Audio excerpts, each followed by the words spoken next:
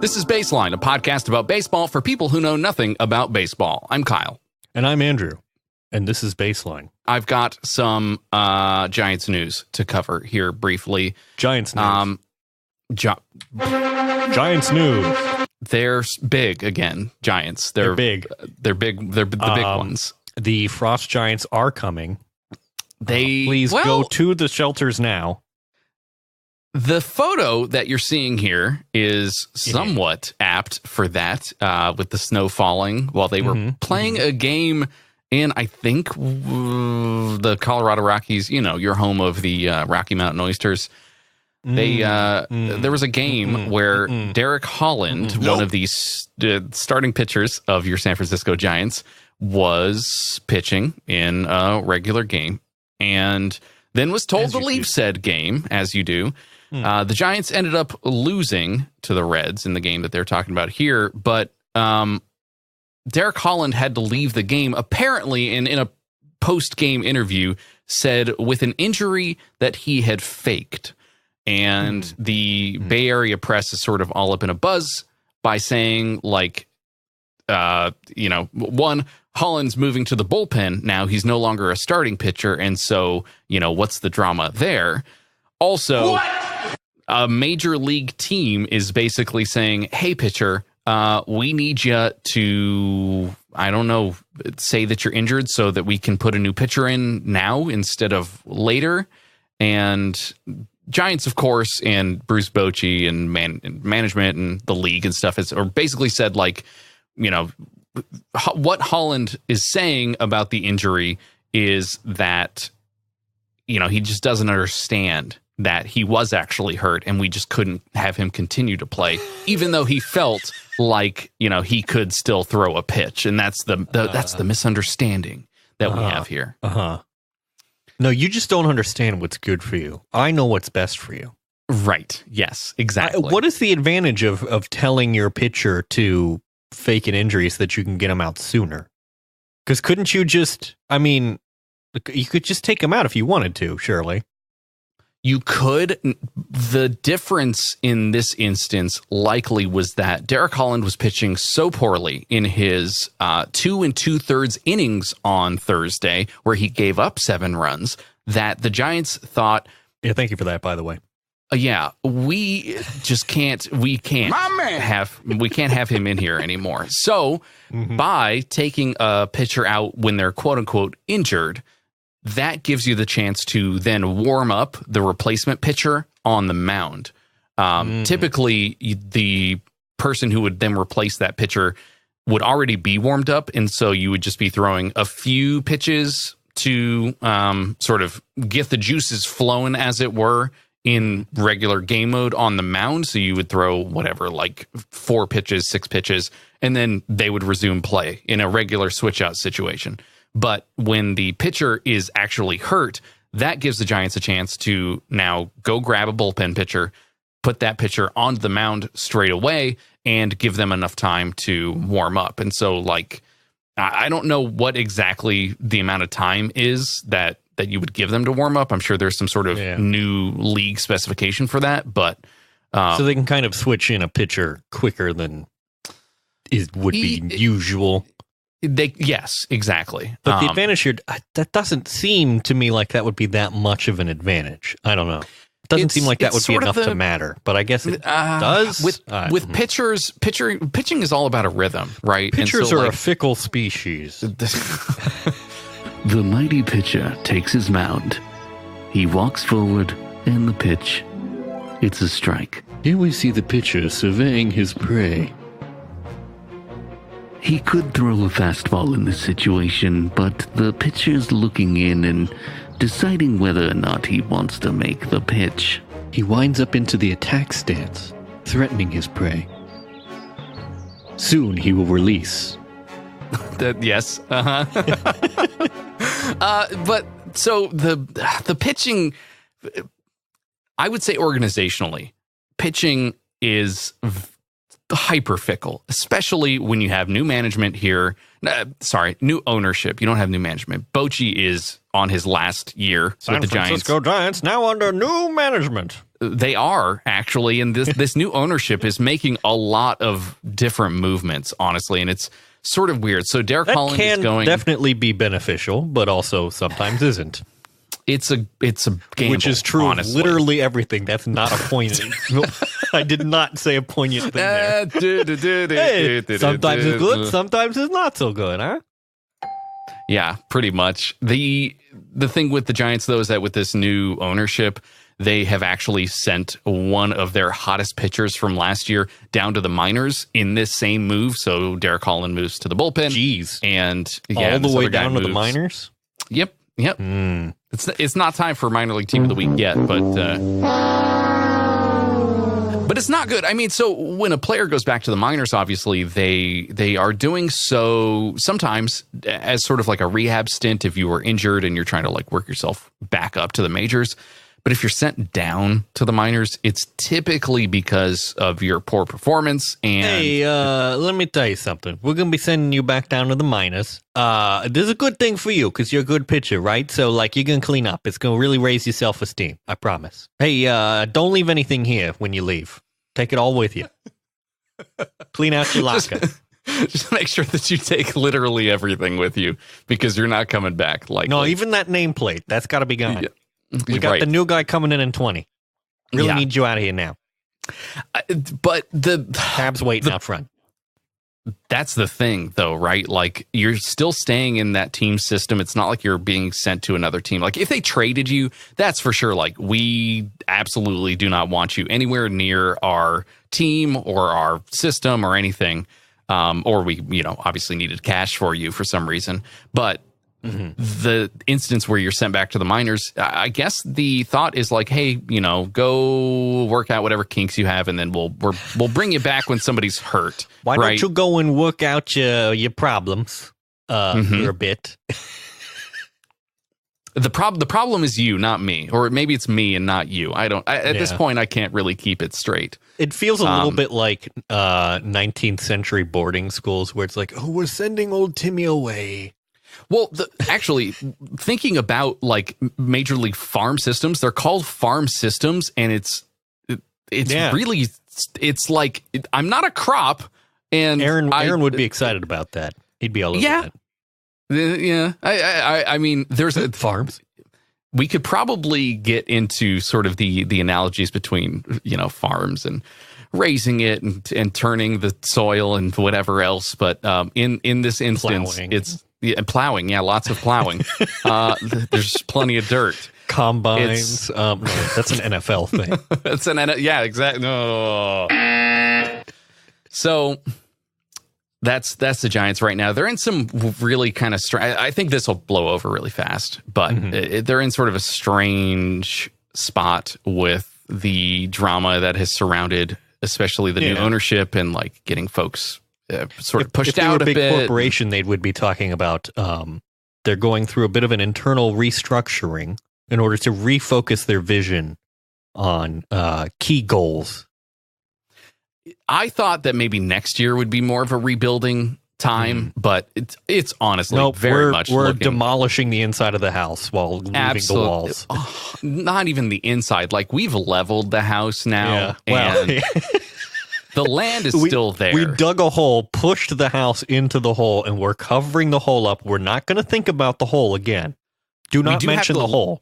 We have to live in that house in the hole for another year, unfortunately. But we've actually assembled a small cardboard box. Okay, I'll take. You know what? At this point, I'll take that as long as the cardboard box. I'm not sure what this is an analogy for. It's a very extended metaphor. Yeah. Some would say overextended. Giants. Speaking of Giants, my Giants played your Cincinnati Reds this weekend. It was sort of a bittersweet series, I think, between those two teams because your Cincinnati Reds played the last game. Blows. Well, they did trade blows, but they also, the last game was great. Sunday's game was wonderful. They didn't literally trade blows. What I mean is that the series went back and forth. Unless they did trade blows and I missed the news. But I feel like I would have seen something about that. Yeah, we probably would have covered it in our baseball fights segment somewhere. Baseball fight. We need something. Yeah, there you go. More. That's right. Baseball fights. Somebody. Worse. I don't know what Much that is. Worse. That's nothing. Wait, does this work? Baseball fights. They're fighting each other. There you go. That's the one. This aggression will not stand, man.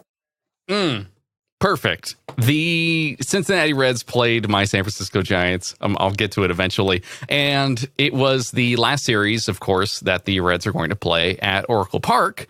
And so during the some half inning of the Giants game, they did this like tribute to Marty Brennaman on the Jumbotron and like had him on the Giants broadcast for a bit. It was really kind of like a strange, surreal baseline moment where, you know, we're like, I could feel the energy, you know, like we were cosmically linked. Yeah, that's interesting and really great. Very gracious, I would say. Because, you know, they don't got to do that, but it's right. It's awfully right. Well, it seems like, I don't know if that would happen, you know, with other franchises. It likely would, but the Giants franchise is, especially on the radio, is such a like old school baseball kind of team where they've got old baseball players who, while they were on the field in 1976, Marty Brennaman was starting his career and calling those games. And one of the former players that is now one of the broadcasters played with the Reds. And like, you know, there are these like connections, these really strange connections between the broadcasting world and the history of the broadcasting world, at least, and the former players who are now broadcasting for the Giants. It's just it's kind of an interesting vibe. But yeah, it was kind of cool to see a good series, especially since on Sunday we got a win. Yep.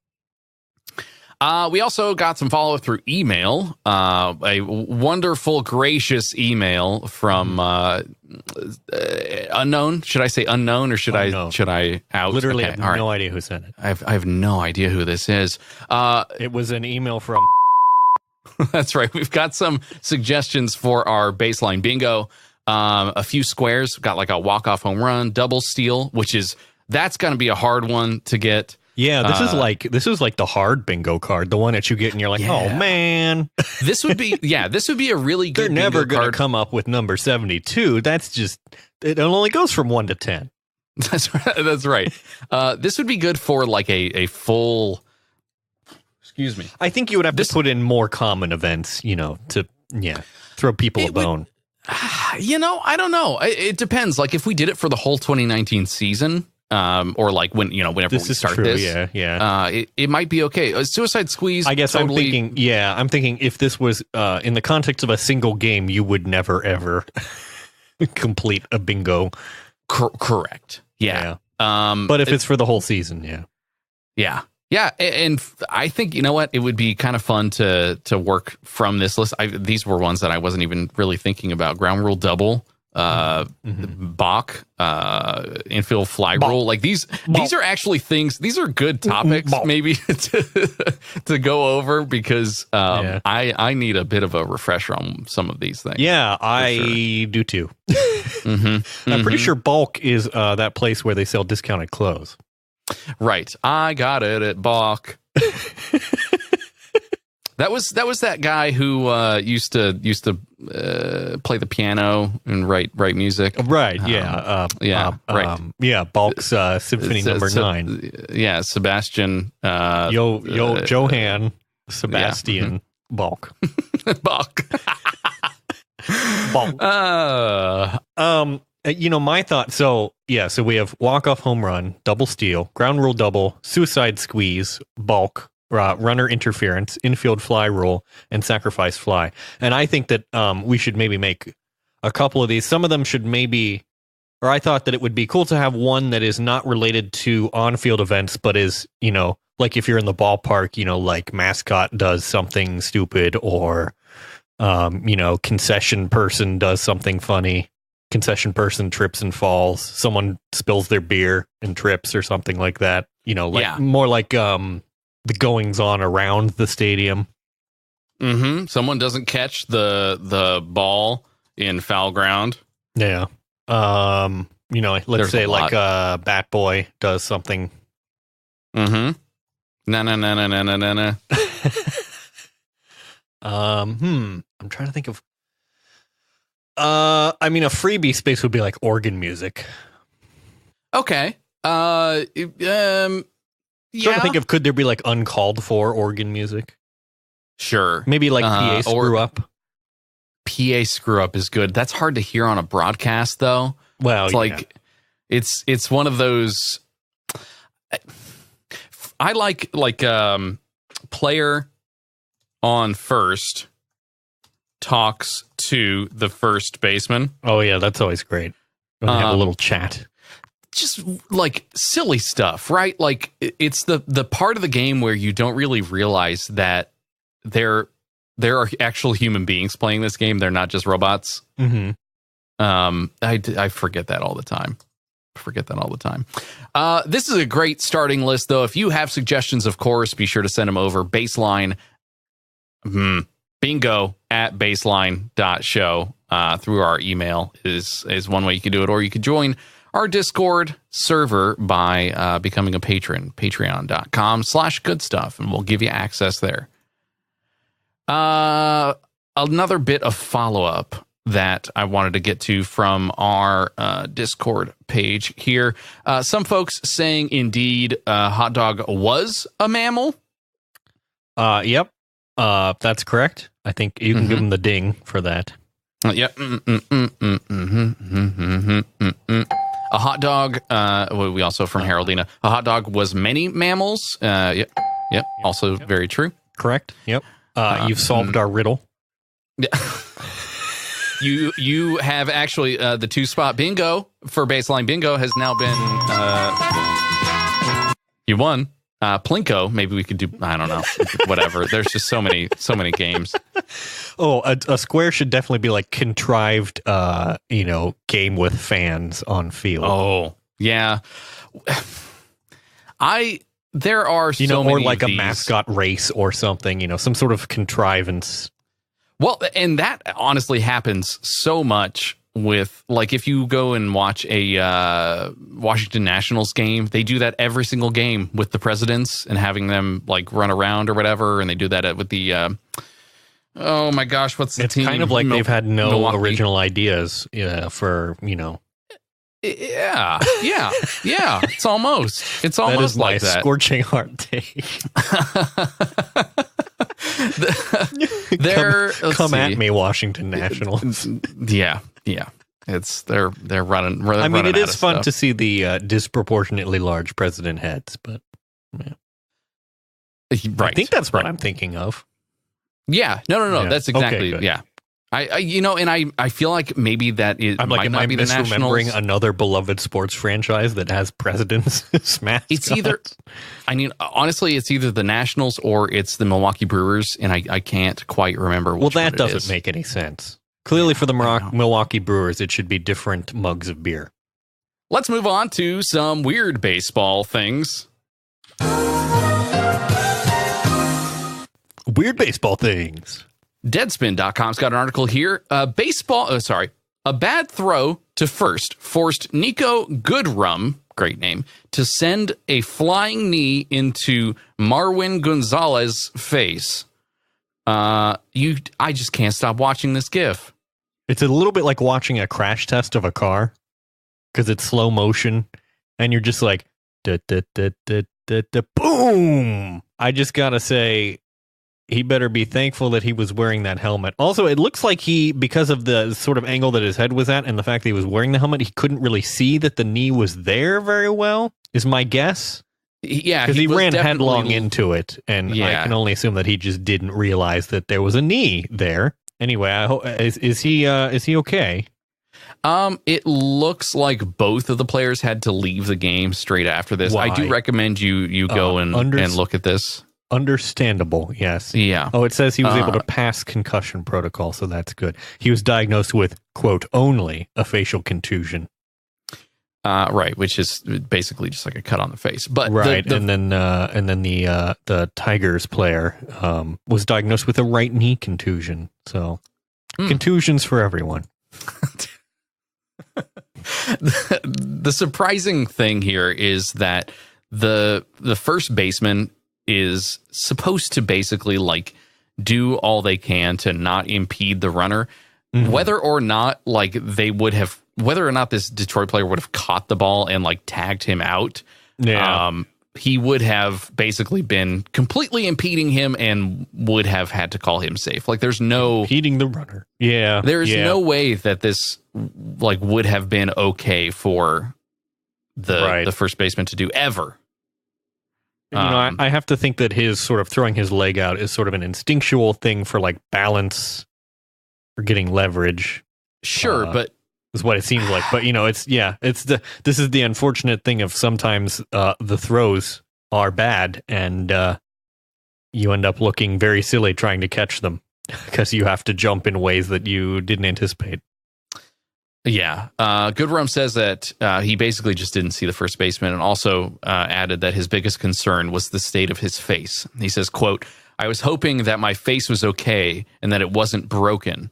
I took my time to answer," head athlete trainer Tony Leo, when he got there. "I was breathing hard for 10 seconds and I figured I was okay." It probably just scared the bejesus out of his face, right? I'm sure. Like just shock. Yeah. And maybe like getting the air, the wind knocked out of you kind of thing. I mean, he definitely looks like he's wincing prior to him coming in. Like he didn't slide for first or anything like that. And most players don't, right? Like the run to first is not going to be one where you slide towards it. You're just supposed to go, I don't know, like as much as you can run through the base. Mm-hmm. So I don't know. This is obviously a very weird thing to see in baseball, but to have such a good GIF for it where you can just keep watching this in looped slow motion. Nice work, top MLB. Comment here is, ouch, he didn't need that. I would hit that. I would hit the ding button, but unfortunately, everything's broken on my side, and I don't know how to fix Not it. Not a big surprise. Boy, that's how it goes here. You've got another. I would love to fire this whole machine. It's just been acting up lately. Got another sort of weird baseball thing here. The Oakland A's. Boy, how do I even get into this? Because it's not even one team anymore. It's a lot. It's a lot of teams. A 35-year-old right-hander, Jackson, Edwin Jackson, was acquired by Toronto from Oakland for cash on Saturday. And the reason that this is such a big deal is because he's set to play for a record 14th team. He'd been moving around a lot. Well, we talked about like sending a pitcher back to the minors, right? And like that happens sometimes. I would say at least a couple times, in a season, you'll send players back and bring them back up for things that are unrelated to obviously like regular injury stuff. But Jackson signed a minor league contract with Oakland last month and played what looks to be 2 games at AAA, 1 in Single A, and then basically just decided, I guess the Oakland A's decided, like, let's just send you over to Toronto because why not? We could use the cash. And now in his 17th season, he's playing for his 14th team. I forget sometimes. Quite something. Yeah, I forget sometimes that like that's a lot of moving around. I'm just thinking of the logistics of that. Like, where is your house? Do you keep like how much money are you spending on realtors? That's what? Good point. Because like I always wonder this with the business of baseball and like trades and things like that. Like, where is your house? Probably where spring training is, where you spend most of your time.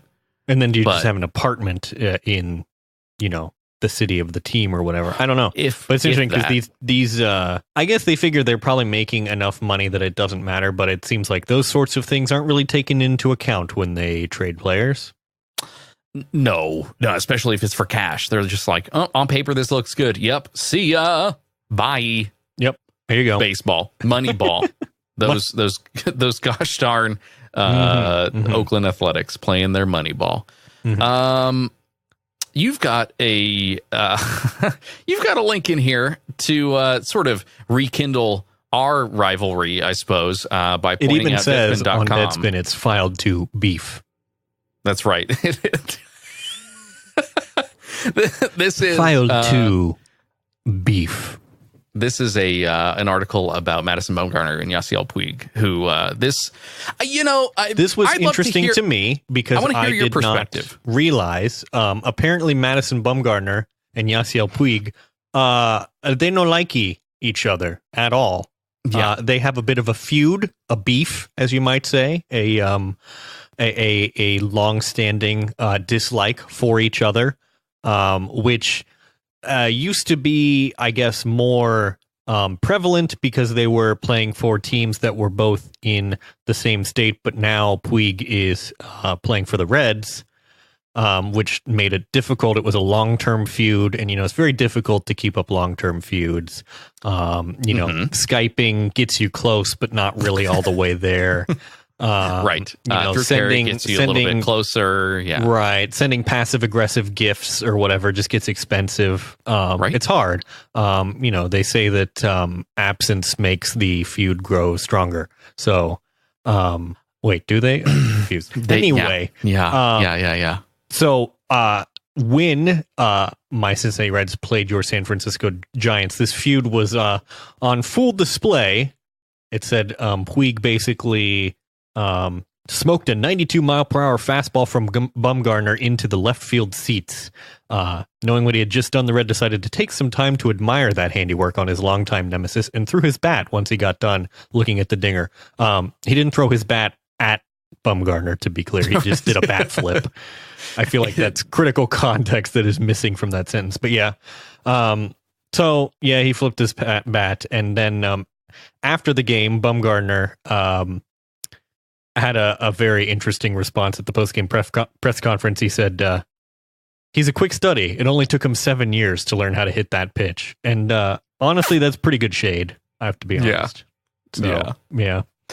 This is interesting. I feel like of the sports feuds that I know about, not many of them are in baseball, so it's kind of interesting. Or they're team rivalries, right? Like they're not for sure. They Yankees and everyone really. Yeah, right. In the one you pointed out here is obviously the Dodgers and the Giants. Going back even all the way to New York, like they were bitter rivals, obviously. But Yasiel Puig used to play for the Dodgers, and so like there's some of that history there, and that's I think the root of sort of that feud, that animosity.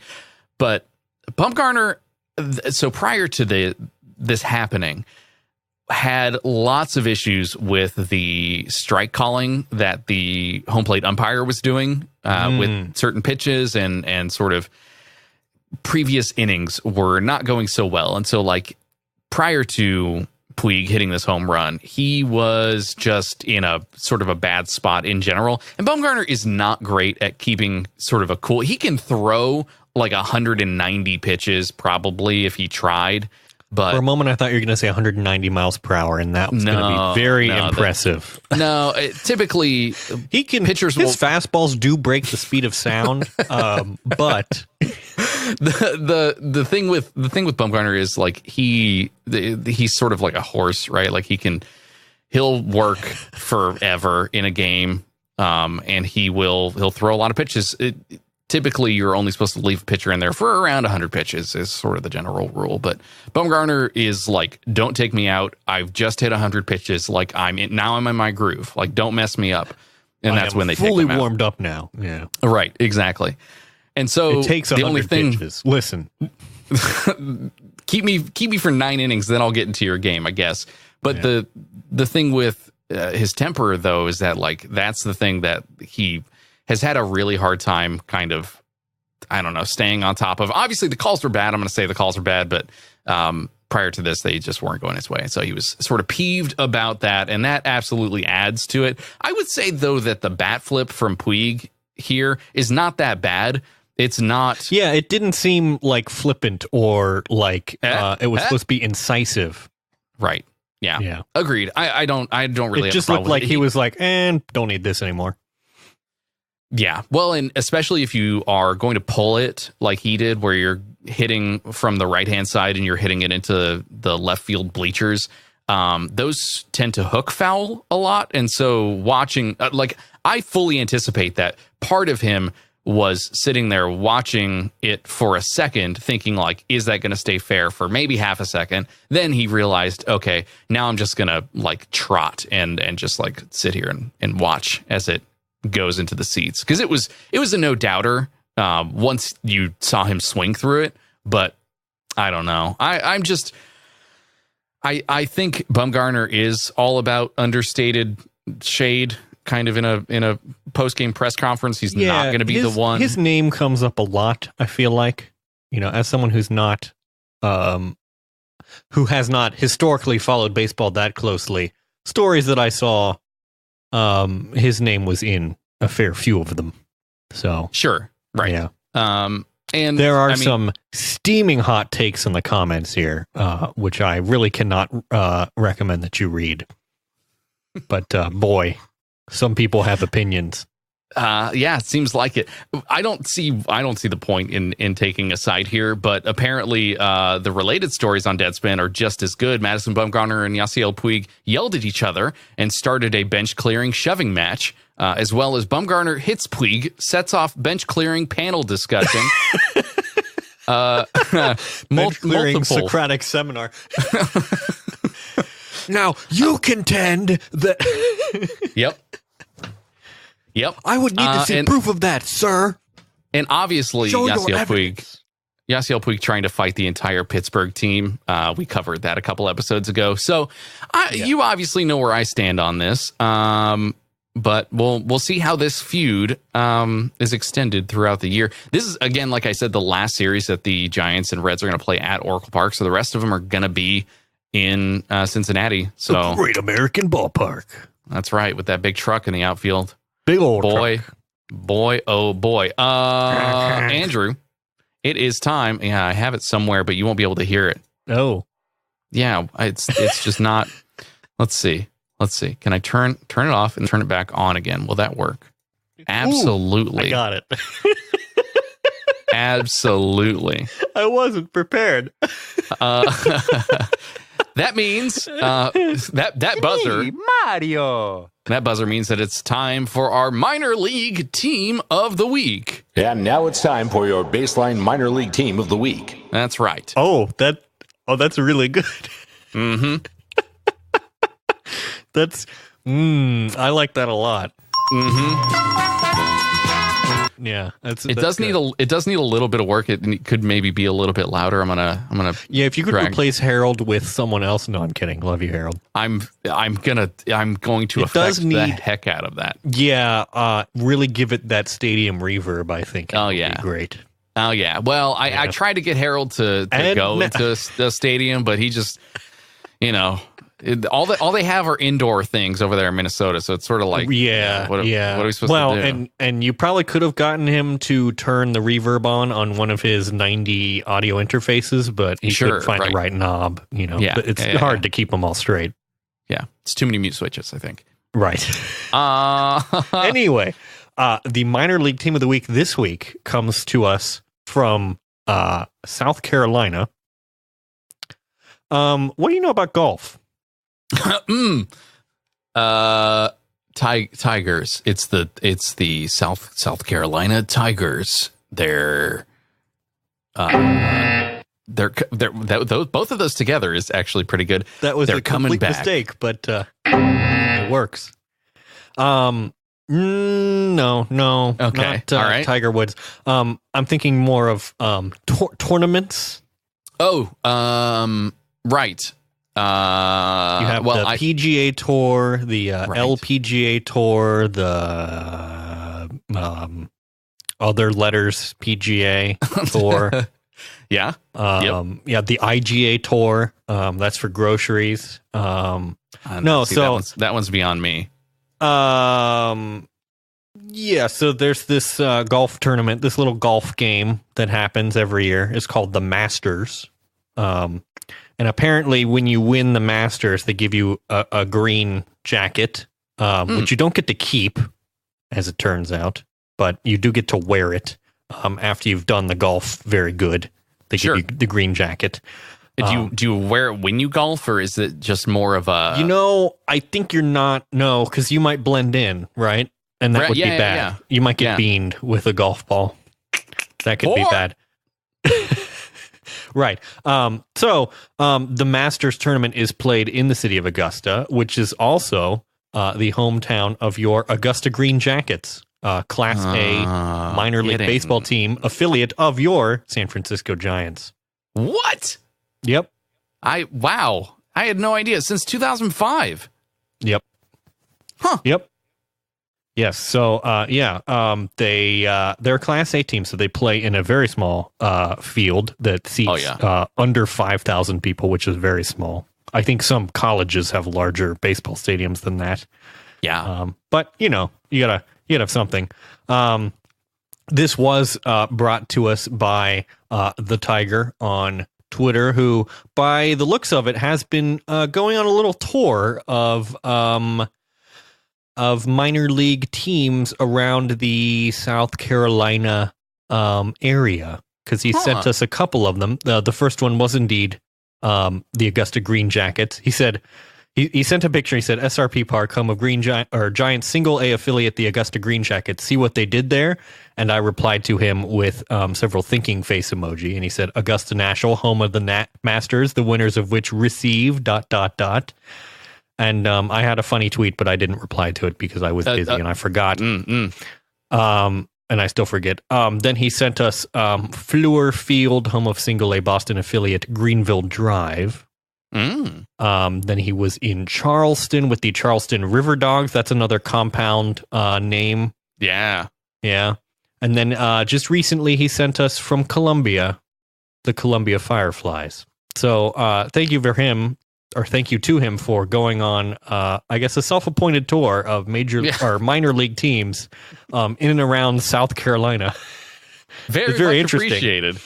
The pictures, to me, it's like, that's a baseball field. That's a baseball field. That's another baseball field. Because these minor league stadiums don't have a lot to distinguish them from one another. It's just kind of a green diamond.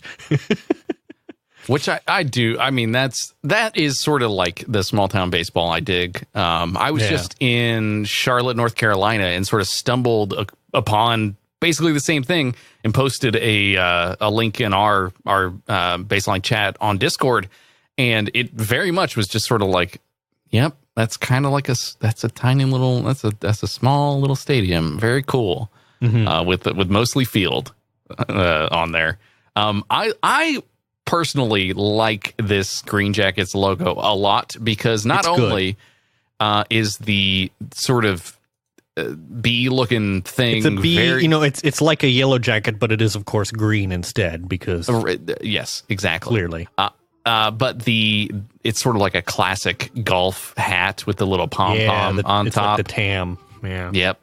That's very good. It's great. But also this Green Jacket is very muscular, and I appreciate all of the sort of strong baseball muscles. Is swole. Yeah, fully swole Green Jacket. Yeah. I do not believe that the Green Jacket does make you look that way, but I could be wrong. It kind of just makes you look like an old person. Sure. To be quite honest. makes you look like the turf mostly. Yep. And that's about it. Well, if you've, of course, got a minor league team that you'd like us to talk about here on this show, please do send them over to us. You can, as Andrew mentioned, send them over on Twitter. We are at baseline_show on Twitter, or you can email us team@baseline.show through email. We would appreciate it. It would help pay the bills if you'd head over to Goodstuff.network Patreon, patreon.com/goodstuff, and pledge $1 a month. Honestly, would help, because that gets us closer to our goal of being able to be fully self-sustained on your funds, rather than dipping into ye old savings account every year when we need to re-up for good stuff. It would mean a whole lot to us if you would go do that. And eventually we're going to have to start running ads for like hair products or something else terrible. Yeah, time to get swole with. We're going to have 8 pre-roll ads and 16 mid-roll ads. Pipcorn. It's like popcorn, but much smaller. Want to aspirate it? Yep. Now's your chance. Good. That's the one. That's the corn for you. We'd also love to hear some of your topic suggestions. Please do send them to us, topics@baseline.show, and any other feedback, of course, that you've got for us. We're also taking suggestions for more squares on the Baseline Bingo board, so send that over to us as well. This has been Baseline, and that's the ball game.